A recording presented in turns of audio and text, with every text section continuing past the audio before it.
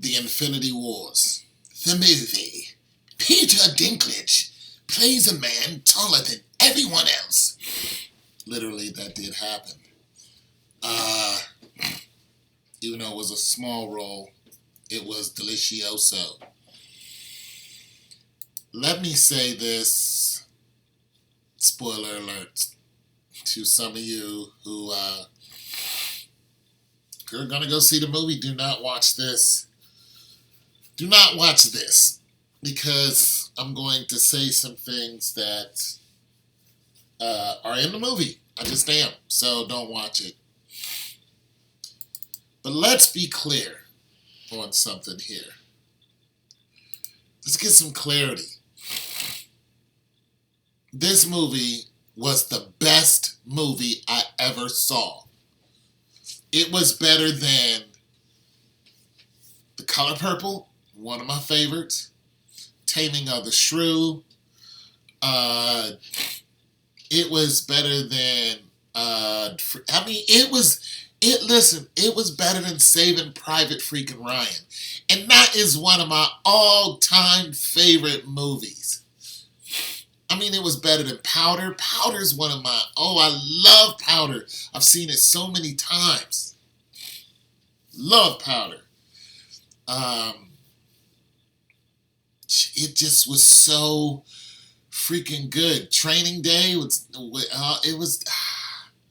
I don't know. Training Day was really, really, really, really good. But Training Day I've only seen once. This, I'm going to pay to go see it again. I saw it in 3D in the second row. So I felt, I shouldn't have done that. But I didn't have a choice. It was freaking sold out. But let me tell you guys something. This movie is a movie that I'm going to buy because there's so much in it. There's so much going on in this movie that you can't see it once. Let me tell you that, if you're still hanging around here. You cannot see this movie once. You just can't do it if you're an enthusiast. Let me also say this. If you haven't read the comic books, you're doing yourself a disservice. These comic books came out somewhat 10 years ago. Okay? When I was a collector. I have like a couple hundred still now that I don't read. But the Infinity Wars came out a long time ago. This isn't just some new concept that they thought of. In all of the movies that they've had come out year after year, blockbuster hits, Thor and all them, and Ragnarok, all of those movies, starting with the Avengers, all lead up to this. The question is, what are they going to do after this? I'm talking about after this series. Now, this is also a trilogy. So this is not the first one. So I want to say that. This is not the first one. It can't be the first one because of all the... Now, I'm not going to say all of what happened in the movie. But it can't be the first one. But it was so ridiculously good. But the reason why I think it was so ridiculously good is because of all the characters that they had. They did exactly what they were supposed to do with them. Now, the comic books are going to have some changes. But the sizing of the characters, the emotion behind the characters, the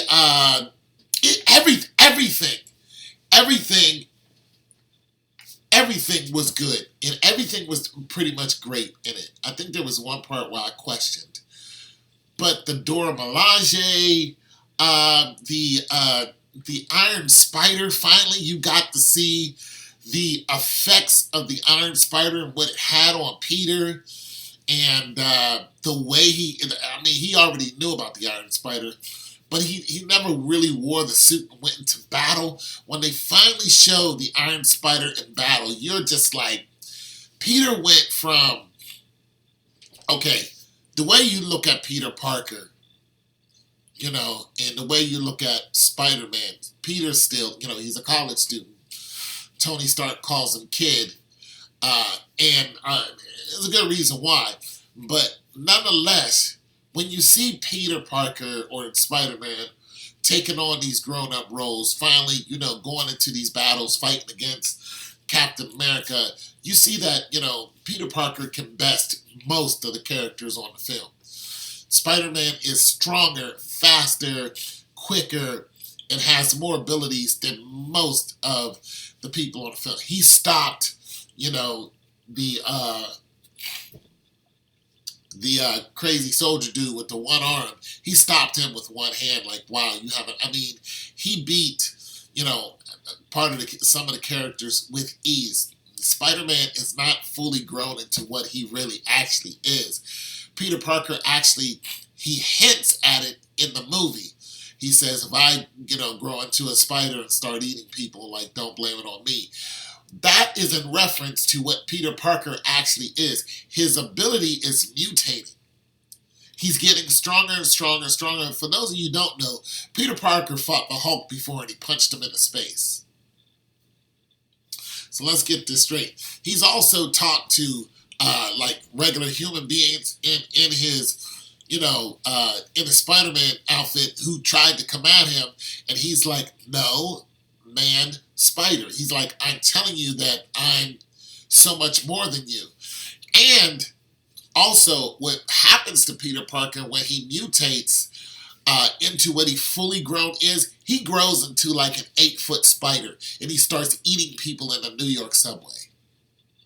Okay, let's just get that out there. That's actually in the comic books. All right. Spider-Man also goes into Cosmic Spider, where he has the ability of the cosmic universe. So, yeah, Spider-Man is an apex character. All right? And I can't wait to see all that grow. But that isn't in the Infinity Wars. But Spider-Man in the Infinity Wars gets a mountain dropped on him. Now, that mountain is caught by the Hulk. And there's a bunch of other superheroes up under there. And I forgot who drops the mountain on him. But the Hulk catches it. And while the Hulk has this mountain on top of him, this isn't in the movie here. This is in the Infinity Wars. While the Hulk has this mountain on top of him, he's starting to lose power because he's not as angry anymore, and the mountain starts to come down on all of them. So Spider-Man starts calling the Hulk names to make him mad so he can lift the mountain up off of him. Like, Spider-Man plays a major, major, major role, and, also, well, I'm not going to say about that, what happens to the one character, but nonetheless, there's some major, major roles that's going on here with Infinity Wars, and the movie was so good. Now, I said in the Black Panther movie that when I saw the Black Panther, I said, listen, I really liked the Black Panther, but I loved the Dora Milaje. Okay? But the reason why I loved the Dora Milaje was for the captain, the female captain. I wanted to see the female captain and Black Widow actually fight. And then I wanted to see the female captain and Black Widow fight together. I wanted them to do what Gambit and the Wolverine did. If you don't know, Gambit and Wolverine never really had liked each other that much. But nonetheless, they actually went on missions together, private missions. I want an offspin of that to happen with the Dora Milaje captain and the Black Widow, because there's a lot going on in Africa, in the movies and in real life, and I would love it if they got together and just went on missions and kicked ass. But somebody must have heard me, because they did get a chance to actually fight together. Them two against one opponent. So awesome. Just that small little clip. So dope. It shows what the Dora Milaje's ability is, and it shows Black Widow's ability, because they're both peak performing humans. They have no mutant abilities whatsoever. They're just dope fighters. So that's what I really liked about that. Now, Thor.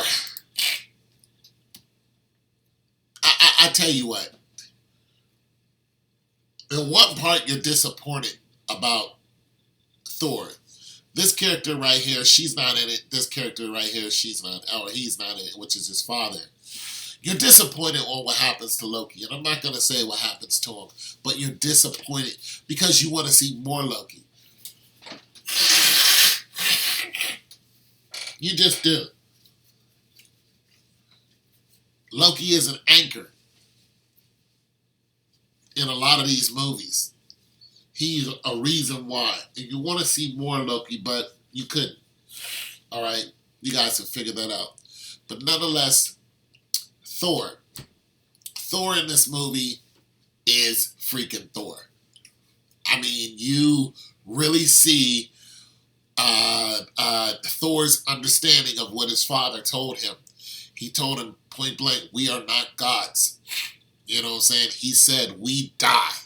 So you can see Thor's, he's not human. He's he's not even a metahuman. You know what I'm saying? I don't know if he's classified as a god. But you can see his humanity. And that's what I really liked about the way they portrayed Thor.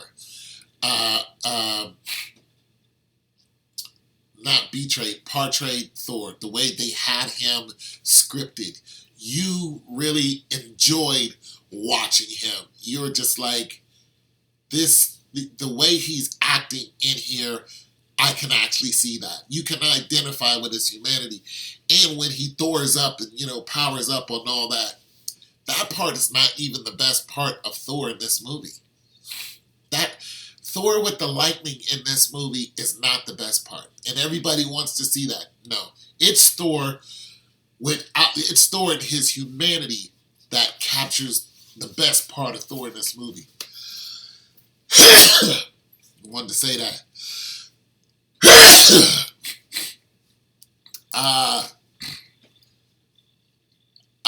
Tony Stark.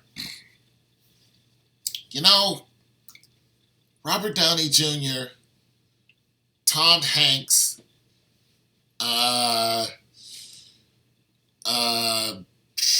they're just so good at what they do. And Robert Downey had an up and down career, but Robert Downey Jr.